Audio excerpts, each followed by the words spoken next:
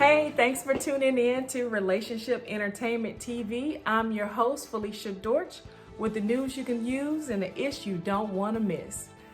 What an exciting day today, guys.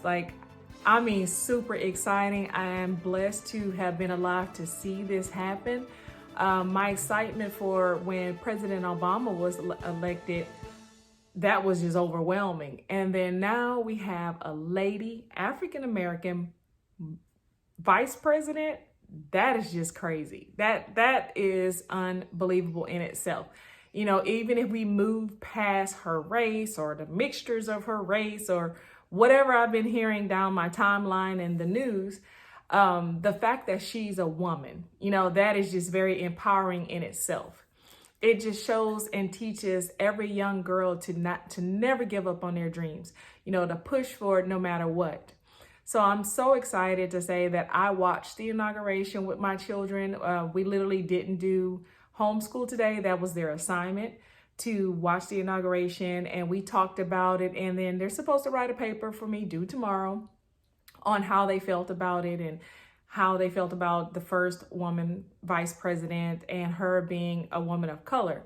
Because we talk about history, we talk about everything that's going on real time. We usually do current events every single week, so we can have those discussions during class. But what I want to talk about today, which I'm pretty sure everybody's covering Kamala Harris, on their news feed, but I wanted to pull out something else that I found that was major to me and my children. I'm always encouraging them to do their best, no matter what's going on, no matter how good they think they are. You practice makes perfect. And then when you add a disability to it and you still push through, those things to me shine brighter than anything. Speaking of a disability with myself, a lot of people don't know that I have Meniere's disease, which is a hearing imbalance disorder. And when I tell people that, they are shocked because I model, I walk on the runway. So you have to be able to walk and focus. And of course, you got to be able to hear. Thank God I've passed all my hearing tests, so I don't have a problem with my hearing. But sometimes I'm off balance. So it takes immense focus to be able to do a lot of things that I do. And also, I've been a nurse for 18 years in the operating room at that. So you have to have serious focus to be able to do the things that I do when it's involving walking. In all honesty, I was getting ready to hang chemotherapy for a patient and my balance was off and I fell. And that's when I learned about the disease and disorder is what they call it, and that's how I started learning. This was about 14 years ago. I thought it was one thing and I kind of just ignored it. And then it happened several times after that. And that's when I started seeking the treatment, and it got actually worse this year. I've had a lot of episodes. So it's all that fine tuning and trying to get the best thing that works for you, the best treatment to work for you. But the thing I'm trying to prove is I didn't give up. I could have taken that diagnosis and just said, I'm not modeling, I'm not going to do any acting. I'm not going to do anything. I'm just going to sit around and wallow in this diagnosis, but I continue to push forward, and I don't mind telling people about it. I don't mind telling them about my mitral valve prolapse, or that I have my heart skips a beat sometime, the things that I deal with, but it does not allow me. I just refuse to give up. I won't do that. I'll push through and, continue to stay strong and do what I have to do to take care of myself, so I can continue doing the things that I do, which further helps me teach my children that you can't give up. You can't tell me because you have this disability or this is going on that you're just going to stop and not push forward. So that brings me to the story that I want to talk about. And I got this out of Black Enterprise magazine. And once I read this to you, you know exactly who I'm talking about, because it's been all over the news and all over the social media. And I'm just super proud to talk about it with you today.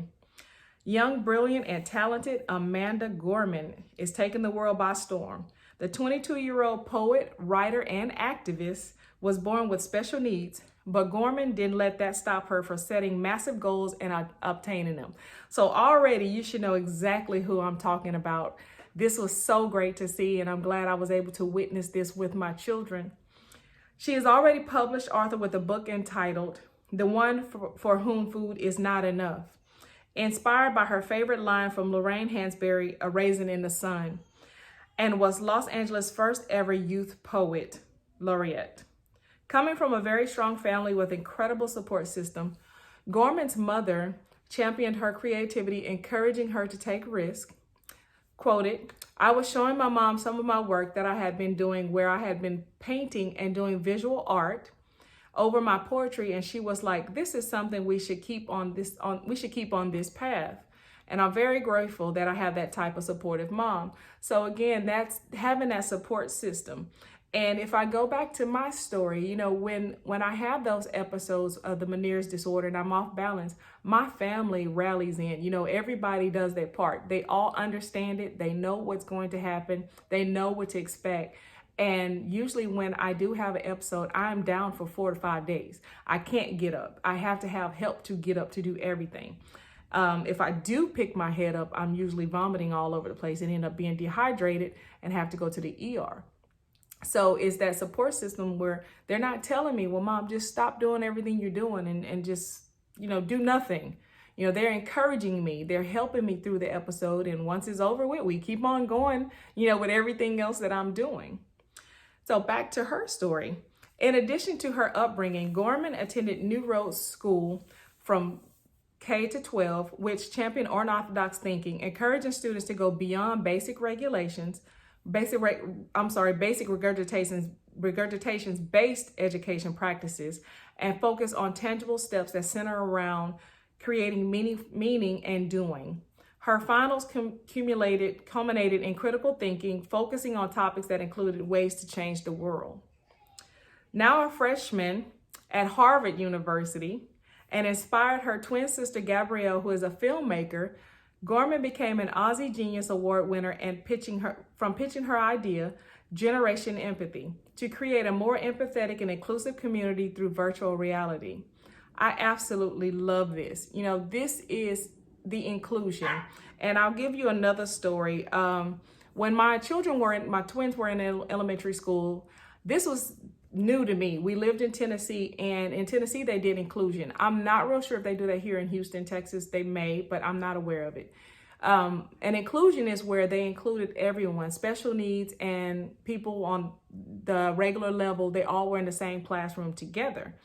And when I first went to like an open house or meet the teacher and the students were there, this is when I saw this, and they started explaining that they want children to be able to work with them and be around them and not make them feel excluded from everything else. You know, and the teacher knew exactly what she needed to do to help them learn the same things that my children were learning, but it included them in all activities. Instead of, I remember when I was in school, you know, the special needs or people that needed help would be taken out of the classroom, and we all knew where they were going, you know, and kids are not nice. They're not nice.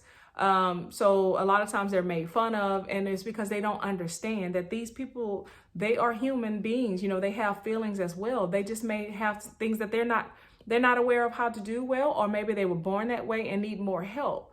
So us teaching our children at home to be a friend, you know, and to understand on a different level. So when my kids would come home and tell me about the special needs person in their room, they would call them by name, because I've always taught them you call them by name. They're not the special needs kid. They give them a name. What's their name?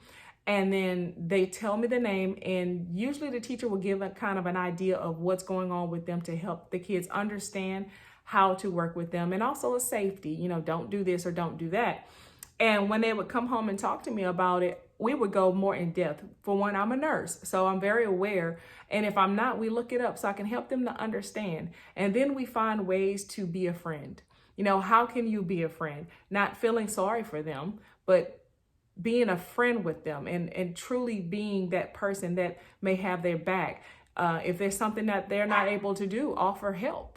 You know, don't sit back and laugh, or don't be the person with the group that's laughing. Go educate that group of people. That was very important to me, and they still do that to this day. Even when they're around people in their troop, we have some people that may have special needs or a bit of a delay, and they are taught to be a friend. Okay, so Miss Gorman was born in Los Angeles. She believes that this was a part of the new type of genius. Intelligence can come from anywhere and express itself in many forms, and that is absolutely true. This is a quote from her. Being at Harvard, I get to see what different types of people can bring to the table. Because when you're sitting in a classroom and there are people who either know a lot of information or have been working on a specific academic topic for a long time, you think, how do I belong here? How do I fit in? What do I provide? And everyone provides something. You know, you cannot do anything completely alone. You may do it, but you're exhausted and you still have to research for the other pieces that you're not familiar with. And you know me, I love to use examples. So like with book publishing, I can do it all. I can do all phases of it, but why should I when I can get a formatter, I can get a graphic artist that see things that I don't see because that's their talent. Mine is the writing. There is creating the covers or formatting the documents or creating book trailers. Why should I have to go research that when there are people with that talent? So that is my point. You can do anything that you put your mind to, and especially with a phenomenal support system. So look out for this young lady who is vying to run for president in 2036. And until then, you can watch the full-length interview with Gorman on Black Enterprise. But I wanted to bring her up and just celebrate her because she didn't give up. Her parents didn't give up. They pushed her to go beyond what people or society thought that she would be able to do. And to witness and see her on TV presenting that poem, which was so eloquently spoken, was phenomenal and beautiful. And I'm so proud that I was able to see that and able to share that with my kids. Well, until we meet again, this is Felicia Dortch with the news you can use and the ish you don't want to miss. Relationship Entertainment TV. I will see you next week.